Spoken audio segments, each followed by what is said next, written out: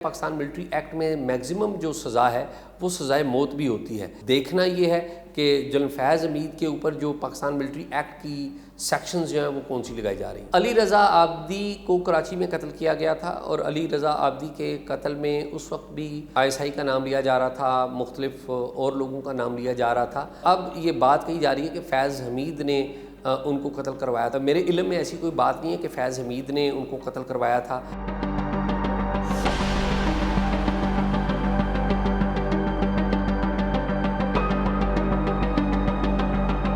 Court martial 3-4 قسم کے ہوتے ہیں۔ جو سب سے سخت کورٹ مارشل پروسیڈنگ ہوتی ہے وہ فیلڈ کورٹ مارشل جنرل ہوتا ہے، جس کا سامنا جنرل فیض حمید کر رہے ہیں۔ جو چارج شیٹ ہوتی ہے اس میں جو پاکستان ملٹری ایکٹ کے مختلف شکیں اس میں لگائی جاتی ہیں، ان کے تحت الزام کا تعین ہوتا ہے۔ تو جو چارج شیٹ ہے پاکستان ملٹری ایکٹ میں میگزیمم جو سزا ہے وہ سزائے موت بھی ہوتی ہے۔ اب دیکھنا یہ ہے کہ جنرل فیض حمید کے اوپر جو پاکستان ملٹری ایکٹ کی سیکشنز جو ہیں وہ کون سی لگائی جا رہی ہیں۔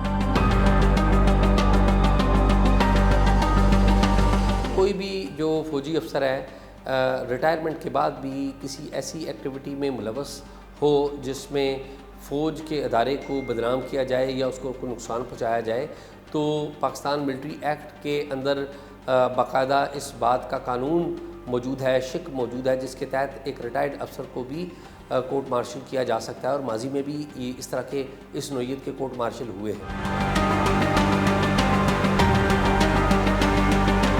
ٹاپ سٹی جو ہے یہ سال 2017 میں مئی کے مہینے میں اسلام آباد کے نواں میں جو جدید نیا ایئرپورٹ ہے اس کے قریب ایک ہاؤسنگ سوسائٹی کا معاملہ تھا۔ اس معاملے میں 2 فریقین تھے، ایک خاتون تھی زاہدہ بی بی، اور ان کا کلیم تھا قمر معیز نام کے شخص کے اوپر کہ یہ جو ٹاپ سٹی کی زمین ہے، زاہدہ بی بی یہ کلیم کرتی تھی کہ یہ زمین ان کی ہے۔ یہ جو اطلاع ہے یہ کسی طریقے سے رپورٹڈلی پہنچی ISI کے پاس، اور سردار نجف حمید جو کہ فیض حمید کے بھائی ہیں اور ان دنوں بڑے پاورفل آدمی تھے ان کے پاس، تو اس کے اوپر ایک رینجرز نے ایک چھاپہ مارا۔ اس سے پہلے اسلام آباد پولیس کو کہا جا رہا تھا کہ وہ چھاپہ مار کارروائی کرے، لیکن اسلام آباد پولیس نے تعاون نہیں کیا تھا۔ رینجرز کے جو اس وقت کے کرنل تھے، کرنل غفار، وہ لیڈ کر رہے تھے ٹیم کو، اور اس وقت ISI کے ایک افسر تھے کرنل نعیم، وہ بھی اس جو ریڈ ہے اس میں موجود تھے۔ انہوں نے قمر معیز کے گھر پہ چھاپہ مارا، فیملی کے ساتھ مس بیہیو کیا گیا، قمر معیز کو گرفتار کر لیا گیا۔ پھر مقدمہ درج کرنے کی کوشش ہوئی تو اسلام آباد پولیس نے ریفیوز کر دیا کہ وہ مقدمہ درج نہیں کرے گی۔ یہ مقدمہ CTD راولپنڈی میں درج ہوا۔ اس کی ایک شرط رکھی گئی کہ اس کے مدعی خود جو ہے وہ رینجرز ہی ہوں۔ تو یہ واحد نوعیت کا کیس تھا، اپنی نوعیت کا منفرد کیس تھا کہ جس میں رینجرز نے چھاپہ مارا تھا، دہشت گردوں کے خلاف اسلحہ اور بارود برآمد کیا تھا، مدعی وہ تھے، اور مقدمہ CTD راولپنڈی میں درج کیا گیا تھا، اور اس میں حدود بھی غلط لکھی گئی تھی۔ اس میں راولپنڈی کی حدود بتائی گئی تھی، جبکہ ٹاپ سٹی جو ہے وہ اسلام آباد کی حدود میں تھا۔ بعد میں یہ بات ان دنوں 17-18 مئی کو میرے نالج میں آئی کہ یہ اس کے پیچھے تو ایکچولی انٹیلیجنس ہے، اور وہ زمین ہتھیانا چاہتے ہیں، پیسے بھی کچھ لینا چاہتے ہیں، اور کچھ پیسے لیے بھی گئے ہیں۔ تو اس کو رپورٹ کیا گیا، اور بعد ازاں جو بہت بڑا ایک انسنگ جسے کہتے ہیں نا ہیروئن اس سارے کیس کی، وہ قمر معیز کی اہلیہ ہیں، جو کہ مختلف جگہوں پہ درخواستیں دیتی رہیں کہ ان کے ساتھ، ان کے میاں کے ساتھ زیادتی کی گئی ہے۔ قمر معیز کی جو اہلیہ ہیں ان کے والد اس پریشانی میں ان کی وفات بھی ہو گئی۔ بعد ازاں چونکہ اس مقدمے کی جان کوئی نہیں تھی اور یہ مقدمہ میڈیا میں بھی رپورٹ ہو گیا تھا، تو یہ مقدمہ کچھ عرصے بعد وہ خارج ہو گیا تھا۔ تاہم جب قمر معیز باہر نکلے تو قمر معیز نے ان تمام لوگوں کے خلاف کارروائی کی، مختلف جگہوں پہ درخواستیں دینا شروع کر دی، سپریم کورٹ کا دروازہ بھی کھٹکھٹایا، اور بعد ازاں یہ معاملہ آج اس نوعیت پہ پہنچ گیا ہے کہ اس کے اوپر کارروائی ہو رہی ہے۔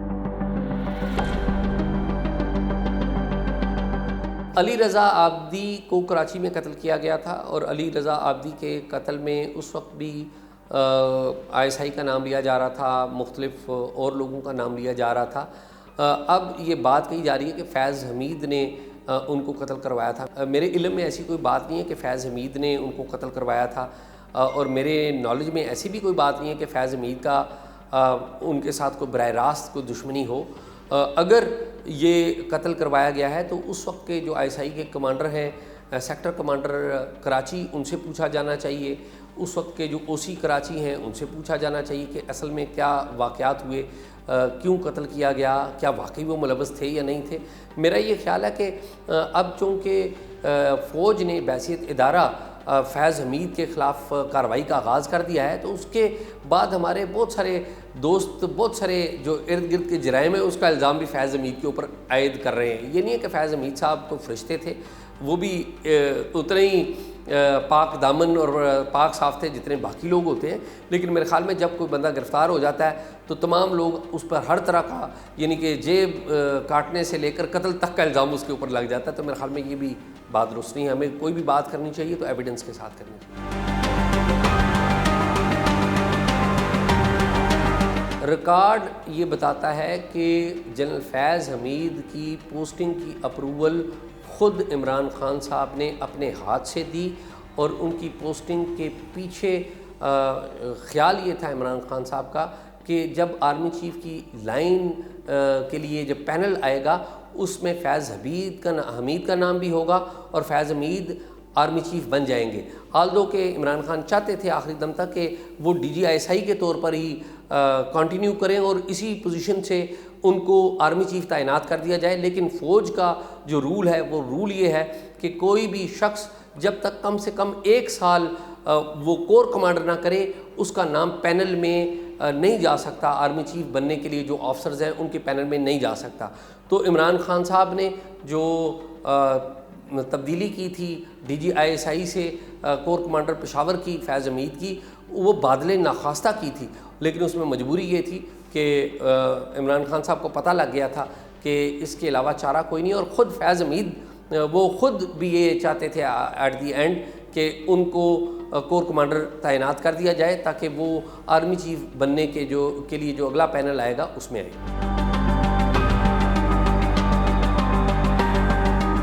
ISI کے اوپر پاکستان کے اندر بھی اور بین الاقوامی طور پہ بھی الزامات عائد کیے جاتے رہے ہیں.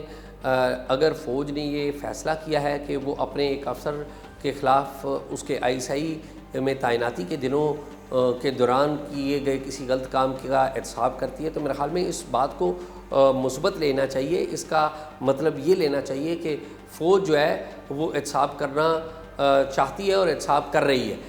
اور یہ میرے خیال میں مکمل انصاف نہیں ہے، یہ میرے خیال میں پہلا قدم ہے انصاف کی طرف.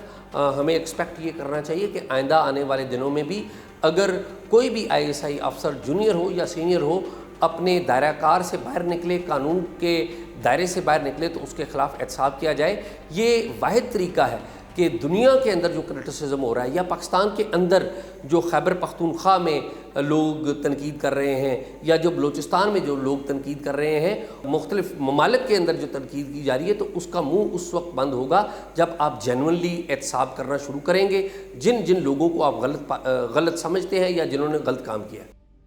Thank you for watching the full video. آپ میں سے بہت سے ایسے لوگ ہیں جنہوں نے شاید ہمارا YouTube چینل سبسکرائب نہیں کیا. So if you want to support independent journalism and watch more meaningful content, please subscribe to our YouTube channel.